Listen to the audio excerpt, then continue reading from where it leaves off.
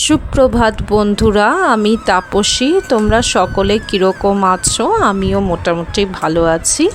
চলো, দেখছো তো সকালবেলায় একদম জলে থই থই করছে। কালকের বৃষ্টিতে অবস্থা খুব খারাপ হয়ে গিয়েছিল, তাও এখন কিছুটা জল নেমেছে। একদম সকাল সকাল তোমাদেরকে গুড মর্নিং বলতে চলে এসেছি। মুখ ধুয়ে একদম কাজে লেগে যাব। তোমাদের দাদা ভাই আজকে ওয়ার্ক ফ্রম হোম নিয়েছিল, রেশমিতাও স্কুল যেতে পারেনি। আমি বললাম, এত জলে আর কি স্কুল যাবি? স্কুলের ওখানেও তো নিশ্চয়ই প্রচুর জল হয়েছে, সামনে পরীক্ষা আসছে, যদি আবার এই জল লাগিয়ে শরীর যদি খারাপ হয়, জ্বর জ্বালা এসে গেলে তখন পরীক্ষাটাই অসুবিধা হয়ে যাবে। সকালবেলা একটু আদা আর তুলসী পাতা দিয়ে চা করে নিচ্ছিলাম। বাড়ির সকলের জন্যই করেছি, রেশমিতাও আজকাল চা খায়, তো সবার জন্যই চা করলাম। তো চাটা খাওয়ার পর সংসারের সব কাজে লাগবো।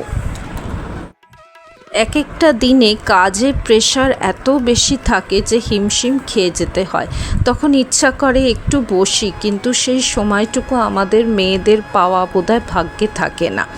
একটা সময় ছিল যখন নিজের কষ্ট হলে সেটা কাউকে বলার মতো ছিল। যখন মা বাবা বেঁচে ছিল তারা বুঝতো মেয়ের কষ্ট হচ্ছে, কিন্তু এখন আর কাকে বলবো?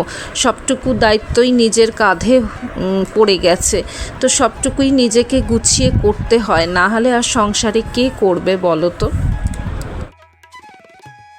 তাও আজকে তোমাদের দাদাভাই ওয়ার্ক ফ্রম হোম নিয়েছে বলে একটু রিল্যাক্স করে চাটা খেতে পাচ্ছি। না হলে অন্যান্য দিন ওয়ার্কিং ডেজে তো চা খাওয়ার কোনো ব্যাপারই থাকে না। সকালে তো দেখতেই পাচ্ছ আমার ঘরের কি অবস্থা। এই সমস্তটুকু গুছিয়ে আমাকে তুলতে হবে। জামা কাপড় যেমন রয়েছে, বিছানা, চাদর, বালিশ সব এলোমেলো, সবটুকু পরিষ্কার করে বিছানাটাকে সুন্দরভাবে গুছিয়ে রাখবো। আজকে ঠিক করেছি বালিশের কাভারগুলো আর বেডশিটটা কেচে দেব। তো দেখলাম আকাশের সকালের দিকে ভালোই রোদ উঠেছে। কালকে যেমন ভয়ঙ্কর বৃষ্টি হয়েছিল, আজকে আর সেরকম কিছু দেখলাম না, রোদটাও বেশ কড়াই উঠেছে। যদিও বিকেলের দিকে বৃষ্টি এসে গিয়েছিল, কিন্তু তাও আমার কিছু জামা কাপড় কেচে শুকিয়ে ছাদ থেকে উঠেই গেছে।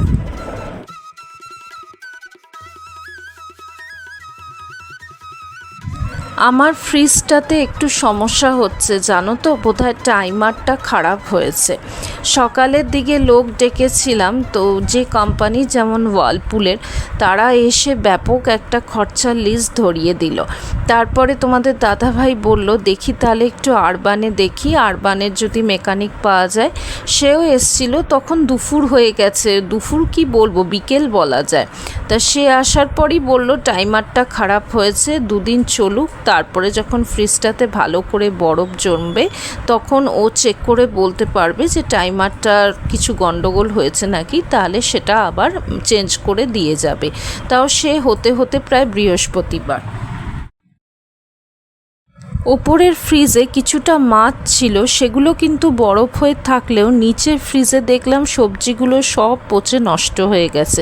যেটুকু ছিল সেগুলোই কেটে কেটে বাদ দিয়ে মোটামুটি একটু সবজি বার করা গেছে। অনেকটা কুমড়ো ছিল, সবটুকুই ফেলা গেছে। তা সেগুলো যদিও আমি ভিডিওতে দেখাইনি, এত হুড়োতাড়ার মধ্যে তো ভিডিও করা যায় না, সকালের কাজগুলোই আজকে দেখাচ্ছি। ফ্রিজে অনেকটা সবজি ছিল জানো তো, একটা গোটা কুমড়ো ছিল, আরও এটা ওটা কত রকমের সবজি ছিল।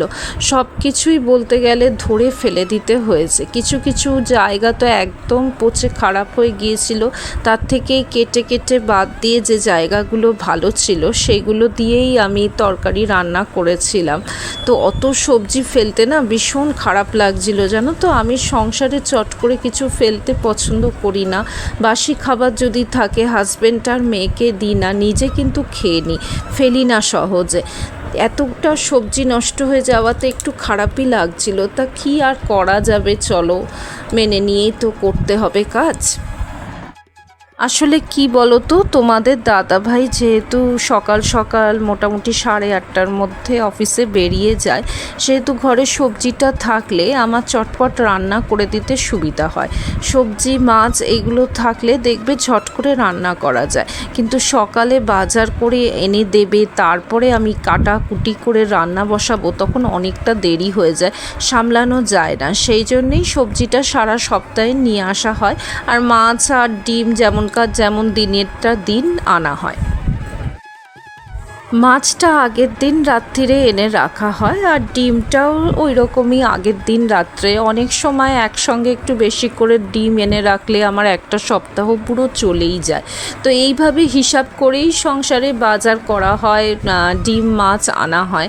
কিন্তু এতটা সবজি নষ্ট হয়ে যাওয়াতে মনে মনে ভাবছিলাম কালকে কি করে যে অফিসের রান্না সামাল দেব, কী যে রান্না ওকে করে দেব, এসব চিন্তাই মাথার মধ্যে ঘুরছিল। কালকে তো তোমরা দেখেছো রিস্মিতা একটা পায়রাকে নিয়ে এসেছিল, বৃষ্টিতে ভিজে একদম ডুবে যাচ্ছিল জলের মধ্যে। পায়রাটার ডানাগুলো বোধহয় ভারী হয়ে গিয়েছিল, সেজন্য উঠতেও পারছিল না। তো জানলা তাকে ওকে রেখে দিয়েছিলাম। তো দেখলাম বেশ নোংরা করেছে, কিছু যে কাপড়গুলো দিয়ে জড়িয়ে দিয়েছিলাম সেগুলোও নোংরা হয়ে গেছে। তো আমি কাপড়গুলোকে তুলে নিয়ে বক্স জানলাটা একটু ভালো করে ব্রাশ দিয়ে ঘষে পরিষ্কার করে কবিতা সাধারণত করে দেয়, কিন্তু কবিতা আসবে সে অনেক বেলায়, ততক্ষণ পর্যন্ত ওইরকম নোংরা হয়ে পড়ে থাকবে। আমি আবার একদম অপরিষ্কার খুব একটা পছন্দ করি না, আমার নিজেরই কেমন খুঁতখুত করতে থাকে। তো সেই জন্য নিজেই হাত লাগালাম, লাগিয়ে সমস্ত পরিষ্কার করে নিলাম। পাখিটা কিন্তু সুস্থ হয়ে গিয়েছিল, সকালে ভোরের আলো ফুটতে না ফুটতে ওটা উড়ে বেরিয়ে গেছে জানলা দিয়ে। তা যাক, রাত্রিটা আমাদের আশ্রয় ছিল, সকালবেলা হয়তো সুস্থ হয়েছে, আর রোদ্দুরের তাতে ওর শরীরে যে কষ্ট হচ্ছিল ঠান্ডায় ভিজে হয়তো সেটাও চলে গেছে। তো সকালের দিকে দেখলাম উড়ে চলে গেছে। মুড়ি আর জল দিয়েছিলাম, সেগুলো কিছুই খায়নি। আমার একটা কুকুর ছিল জানো তো, আমি পাখি কুকুর এসব বেশ পছন্দ করি। আমার কুকুর ঠিক বলা যায় না, ও ছিল রাস্তারই কুকুর, রাস্তাতেই জন্মেছিল। তো যখন ছোট ছিল তখন রাস্তার বড় কুকুররা ওকে সেই কামড়ে একদম রক্ত বার করে দেয়। তো তখন কুকুরের ছানাটাকে আমি হসপিটালে নিয়ে যাই, ওরা ইঞ্জেকশন দিয়েছিল। তারপরেও রাস্তাতেই থাকতো, আবার 1 মাস বাদে ওইভাবে কামড়ে রক্তারক্তি করে একদম যাতা অবস্থা করে দিয়েছিল বাচ্চাটার। তো এত মায়া লেগেছিল, ফুটফুটে সাদা একটা বাচ্চা। তো এই কুকুরটাকে আমি আবার হসপিটালে নিয়ে গিয়ে ইঞ্জেকশন দিয়ে ওষুধ খাইয়ে, তো তখন আমার বাড়ির ছাদে রেখে দিয়েছিলাম, ছাদে থাকতো। আর টাইম টু টাইম ওকে নিচে আমাদের সিঁড়িতে রাত্রের দিকটা দুপুরের দিকটা এনে রাখতাম। তো বাচ্চাটা প্রায় 8 মাসের হয়ে যাওয়ার পর ওকে আমি ছেড়ে দিয়েছিলাম। এখন তার পরিবার হয়েছে, পেছনের পাড়াতে থাকে, ওর নিজেরই 2টো বাচ্চা হয়েছে। ওকে আমার ঘরে কেন রাখেনি জানো তো, আমার ননদ আছে, ওইসব কুকুর বেড়াল একদম পছন্দ করবে না। তো সেই জন্যেই ওকে ছাদে আর সিঁড়িতে আশ্রয় দিয়েছিলাম। তবে সময় মতন মাঝে মধ্যে ওকে ঘরেও যে নিয়ে আসতাম না তা নয়, তবে ওই দিদির ঘরে যেন না যেতে পারে সেইভাবেই আমি রাখতাম। তো যাই হোক, রাস্তার কুকুর তো ওইভাবে আটকে ওকে বড় করলে ও ভালো থাকতো না, বরং ওর একটা নিজস্ব পরিবার হয়েছে, একটা সমাজ ওদের আছে, সেখানেও এখন ভালোই আছে। মাঝে মধ্যে এসে আবার আমাদের সাথে দেখা করে যায়, তখন আমি একটু বিস্কিট দিই, ও বিস্কিট খেতে খুব ভালোবাসতো। এই দেখো, গল্পে গল্পে তোমাদের সঙ্গে কাজের কথা বলতেই ভুলে গেছি। এখন আমি ডাইনিংটা পরিষ্কার করছি, ডাইনিংয়ের টেবিল চেয়ার সমস্ত কিছু মুছে টেবিলটা সরিয়ে ওই দিকে জানলার তাকটা ভীষণ নোংরা হয়ে যায় জানো তো, ধুলো সমস্ত পড়ে থাকে। নিয়মিত তো এত বড় টেবিলটা সরানো যায় না, মাঝে মধ্যে সরিয়ে সরিয়ে পরিষ্কার করি। তো চেয়ার ফেয়ারগুলোতেও বেশ ধুলো ঝুল এসব হয়, তো এগুলো একদম নিচের দিকে থাকে, চট করে দেখাও যায় না, কিন্তু ওগুলোকে একটু খেয়াল করে করে সব পরিষ্কার করতে হয়। মাঝে মধ্যে পরিষ্কার না করলে নিজেরই অস্বস্তি লাগে।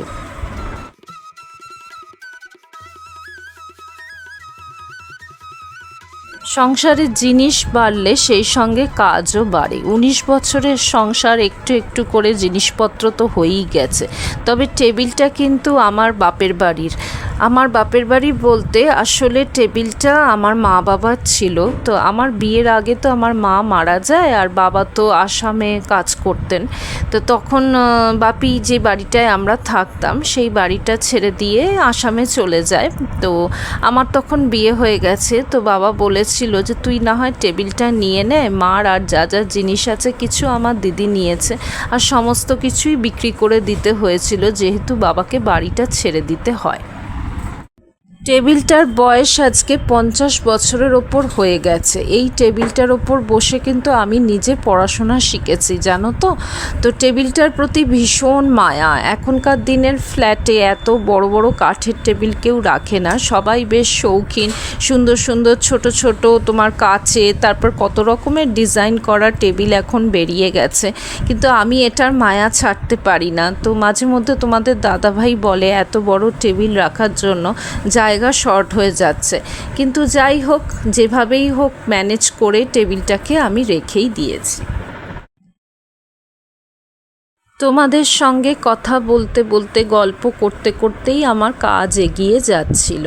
তো এবার আমাকে রান্নাঘরে যেতে হবে, তো সেজন্য একটু তাড়া ছিল। মাথার মধ্যে চিন্তা রয়েছে যে ব্রেকফাস্ট তো বানাতে হবে, কি ব্রেকফাস্টে বানিয়ে দেব চটজলদি যেটা হয়ে যাবে। আসলে কি বলো তো, সারাদিন কাজ করতে করতে না তখন আর রান্নাঘরে গিয়ে বিভিন্ন রকমের তরিবত করে রান্না করতে আজকাল আর ইচ্ছা করে না, শরীর ক্লান্ত হয়ে যায়। রান্না বান্নার একটু ঝামেলা তো করতেই হয়, দুপুরের রান্নাটাই তো প্রধান খাবার। তা সেখানে একটু ভালো মন্দ না করলে বাচ্চার ঘর ওরাই বা হাজব্যান্ড বাচ্চা ওরাই বা রোজ রোজ কেন পছন্দ করবে।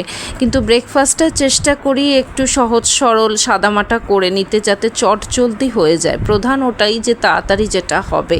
তো যাই হোক, রোজ তো আর ম্যাগি চাউমিন এগুলো করা যায় না। তো আজকে ঠিক করেছিলাম একটু সাদা আলুর তরকারি আর পরোটা করে নেব। তাছাড়া তোমাদের দাদাভাইও আজকে বাড়িতে আছে। অন্যান্য দিন তো অফিসে টিফিনে ভাত ছাড়া আর কিছুই সেভাবে নিয়ে যেতে পারে না, ভাত আর রুটি, অত সকালে আর ভালো মন্দ কিছুই হয় না। তাই আজকে ভাবলাম যে চলো একটু পরোটাই না হয় করে দিই। সাদা আলুর তরকারিতে একটু পেঁয়াজ দিয়েছিলাম, একটু জলটা বেশি হয়ে গিয়েছিল, জলটা একটু কম দিলে আর একটু টেস্টটা বেশি হতো। এই যে কাপটা মুছছি এটা যখন লাভা লোলেগাঁও গিয়েছিলাম ওখান থেকে নিয়ে এসেছিলাম। ওখানে দেখেছিলাম ওরা এরকম শৌখিন কাপেই চা খায়। তো আমি নিয়ে আসার পর আর চা খাওয়ার সাহস করতে পারিনি, এত সুন্দর শৌখিন কাপ, এই কাপে চা খেয়ে তারপর মাজতে গেলে যদি ভেঙে যায় সেই ভয়ে আর চা খাওয়া হয়নি, জানো তো। সুন্দর করে ডাইনিং টেবিলের ওপর সাজিয়েই রেখে দিয়েছি। কখনো যদি কোথাও ঘুরতে যাই সেখানকার লোকাল জিনিস নিয়ে আসি ঘর সাজানোর জন্য। এটা আমার নেশা বলতে পারো বা ভালো লাগাও বলতে পারো। যেমন বিষ্ণুপুর যখন গিয়েছিলাম ওখানকার পোড়ামাটির ঘোড়া হাতি নিয়ে এসেছিলাম। আবার যখন কাশ্মীরে গিয়েছিলাম তখন একটা কাঠের খুব সুন্দর কাজ করা কাশ্মীর লেখা একটা চাবি ঝোলানোর জন্য হ্যাঙ্গারের মতনই বলতে পারো নিয়ে এসেছিলাম। এরম ছোট ছোট জিনিস দিয়ে আমি ঘরবাড়ি সাজাই। সব কিছুই যে আমি এখানকার লোকাল মার্কেট থেকে নিই তা না, যখন যেমন বেড়াতে যাই সেখান থেকে ঘর সাজানোর জিনিস নিয়ে আসি। বিয়ের আগেও কিন্তু আমি নিজের বাপের বাড়িটা খুব টিপ টপ পরিষ্কার করে রাখতাম। আমি প্রথম থেকেই বলতে গেলে যে একটু জ্ঞান হওয়ার পর থেকে, এই ধরো যখন আমার 12-14 বছর বয়স তখন থেকেই কিন্তু আমি বাড়ি খুব সুন্দর করে সাজাতে ভালোবাসতাম। আর বিয়ের পর তো নিজের সংসার যখন হয়েছে তখন মনের মতন করে সংসারটাকে সাজিয়েছি একটু একটু করে। আগে যখন রিস্মিতা ছোট ছিল তখন টিউশনি করতাম, করে করে সেই পয়সা জুড়ে জুড়ে ঘরবাড়ি সাজিয়েছি। যা হয় মেয়েদের, সংসার সাজানোর স্বপ্ন তো সব মেয়েই দেখে না।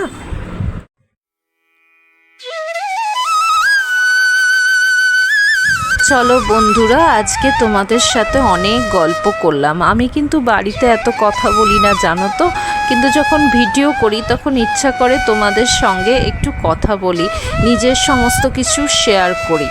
আজকের মতো এটুকুই বন্ধুরা, টাটা। আবার আরেকটা ভিডিও নিয়ে তোমাদের সঙ্গে দেখা হবে।